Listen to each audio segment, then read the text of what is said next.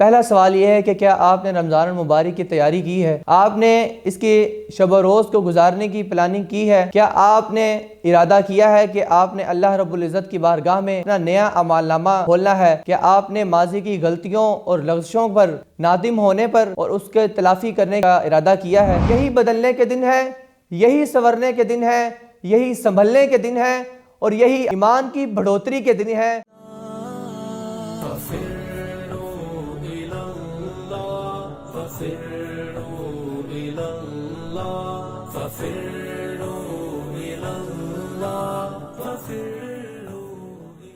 السلام علیکم ورحمۃ اللہ وبرکاتہ۔ اعوذ باللہ من الشیطان الرجیم، بسم اللہ الرحمن الرحیم۔ سب سے پہلے ہم اللہ رب العزت کے انتہائی شکر گزار ہیں کہ جس نے رمضان المبارک کے ماہ کو انتہائی نفع اور اجر کا ماہ بنایا ہے۔ اس کے بعد نبی صلی اللہ علیہ وسلم پر اور ان کی آل پر لاکھوں درود و سلام۔ نوجوان کی حیثیت سے میرے ذہن میں چند سوالات گردش کرتے ہیں کہ جن میں پہلا سوال یہ ہے کہ کیا آپ نے رمضان المبارک کی تیاری کی ہے؟ آپ نے اس کی شب و روز کو گزارنے کی پلاننگ کی ہے؟ کیا آپ نے ارادہ کیا ہے کہ آپ نے اللہ رب العزت کی بارگاہ میں اپنا نیا اعمال نامہ کھولنا ہے؟ کیا آپ نے ماضی کی غلطیوں اور لغزشوں پر نادم ہونے پر اور اس کے تلافی کرنے کا ارادہ کیا ہے؟ تو یہ چند سوالات تھے۔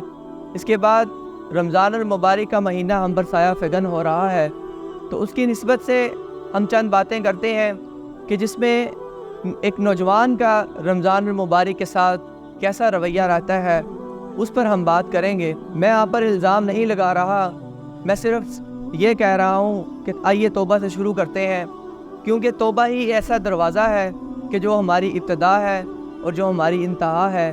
آئیے گناہوں سے نیکیوں کی طرف ہجرت کرتے ہیں اور اسی مہینے کے ذریعے سے ہم اپنی زندگیوں میں تبدیلی لے کر آتے ہیں۔ میں یہاں پر آپ کے سامنے چند نصیحتیں پیش کروں گا کہ رمضان المبارک ایک عبادت ہے، روزہ رکھنا ایک عبادت ہے، لیکن ہم روزہ رکھتے ہیں تو ہمارا اس کے ساتھ کیا رویہ ہوتا ہے؟ ہم راتوں کو جاگتے ہیں لیکن اس کا کوئی فائدہ نہیں ہوتا، ہم دن بھر بھوکے پیاسے رہتے ہیں مگر اس کا کوئی فائدہ نہیں ہوتا۔ اس کی وجہ یہ ہے کہ ہم راتوں کو انٹرٹینمنٹ کے لیے استعمال کرتے ہیں اور دن کو اپنی نیند پوری کرنے کے لیے استعمال کرتے ہیں۔ اس سے ہمارا پورا رمضان المبارک کا مہینہ ضائع ہو جائے گا اور ہمارے روزے اور ہماری بھوک پیاس کا کوئی فائدہ نہیں ہوگا، اور اس سے یہ مہینہ ہماری بخشش کا سامان نہیں ہوگا۔ دوسری نصیحت یہ ہے کہ آئیے ہم لوگ اپنے لیے کچھ ٹارگٹ سیٹ کرتے ہیں کہ اس رمضان المبارک کے مہینے میں قرآن مجید کا کچھ حصہ یاد کریں گے، قرآن مجید کو دل لگا کر پڑھیں گے اور اپنی عادت بنائیں گے کہ ہم اپنی راتوں کو انشاءاللہ عبادت میں گزاریں گے، سجدوں میں گزاریں گے، اور دن کے اندر ہم لوگ اپنے کام کاج کے ساتھ روزے کی صحیح روحانیت کو حاصل۔ صدقہ ایک ایسی نیکی ہے کہ جس کے ذریعے سے ہم لوگ اپنے سابقہ گناہوں کو معاف کروا سکتے ہیں، اور یہ ایسی نیکی ہے کہ جو ہمارے وفات پا جانے کے بعد بھی صدقہ ہمارے اعمال نامہ کے اندر نیکیوں میں اضافہ کرتا چلا جائے گا۔ مساجد اللہ تعالیٰ کی پسندیدہ جگہ ہیں اور مساجد کے اندر اپنے وقت کو گزاریے۔ اس کے بعد اگلی نصیحت یہ ہے کہ ناپسندیدہ ترین جگہیں اللہ تعالیٰ کی اور نبی صلی اللہ علیہ وسلم کی وہ ہیں بازار۔ ہمارا بازار میں زیادہ آنا یہ بھی ہمارے رمضان کو، ہمارے روزے کو خراب کر سکتا ہے، تو بازار میں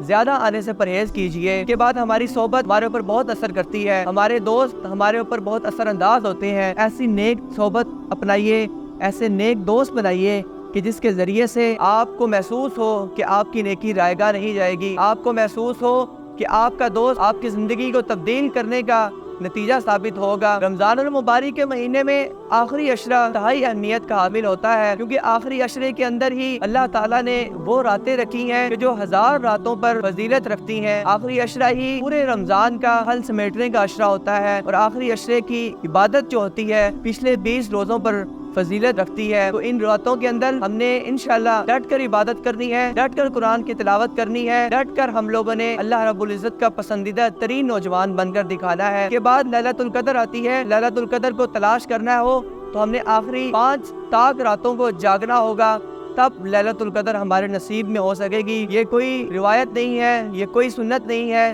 کہ ہم لوگ 21ویں رات کو لیلۃ القدر کہہ دیں یا ہم 29ویں کو کہہ دیں۔ سنت یہی ہے کہ 5 راتیں جاگنی ہے لیلۃ القدر کی۔ اگلی نصیحت یہ ہے کہ ذکر دن بھر آپ کی زبان پر طاری رہنا چاہیے، ذکر الہی آپ کی زبان پر تر رہے گا تو آپ کو آپ کے روزہ کی مٹھاس محسوس ہوگی۔ اعتکاف ایک سنت ہے، نبی صلی اللہ علیہ وسلم نے آخری عشرے کے اندر اعتکاف کیا۔ ہمیں بھی کوشش کرنی چاہیے کہ ہم نوجوان اپنے لیے 2 یا 3 دن مختص کریں اور مسجد میں بالکل رہیں۔ چند ایسی برائیاں ہیں کہ جو ہم لوگ نوجوان اس رمضان میں کر جاتے ہیں، عام دنوں میں بھی ہم کرتے ہیں، لیکن رمضان میں ہمیں کوشش کرنی چاہیے کہ ان سے اجتناب کریں۔ اس کے اندر سب سے مین برائی یہ ہے کہ ہم لوگوں نے زیادہ ہنسنا نہیں ہے، زیادہ ہم لوگوں نے باتیں نہیں کرنی، زیادہ دوستیاں یاریاں اور ہوٹلوں پر ہم نے کم بیٹھنا ہے، سگریٹ نوشی سے پرہیز کرنا ہے، برے لوگوں کے ساتھ اور خالی ذہن لوگوں کے ساتھ ہم اٹھنے بیٹھنے سے اجتناب کرنا ہے۔ یہ وہ تمام خصوصیات ہیں جن کے ذریعے سے ہم لوگ رمضان المبارک کی خصوصیات کو، اس کی برکات کو، اس کے نتائج کو سمیٹ سکتے ہیں۔ یہی بدلنے کے دن ہے، یہی سنورنے کے دن ہے، یہی سنبھلنے کے دن ہے اور یہی ایمان کی بڑھوتری کے دن ہے۔ آخر میں اللہ رب العزت کا انتہائی شکر گزار ہوں جس نے اس رمضان المبارک کو ہمارے نصیب میں کیا۔ وما علینا الا البلاغ المبین۔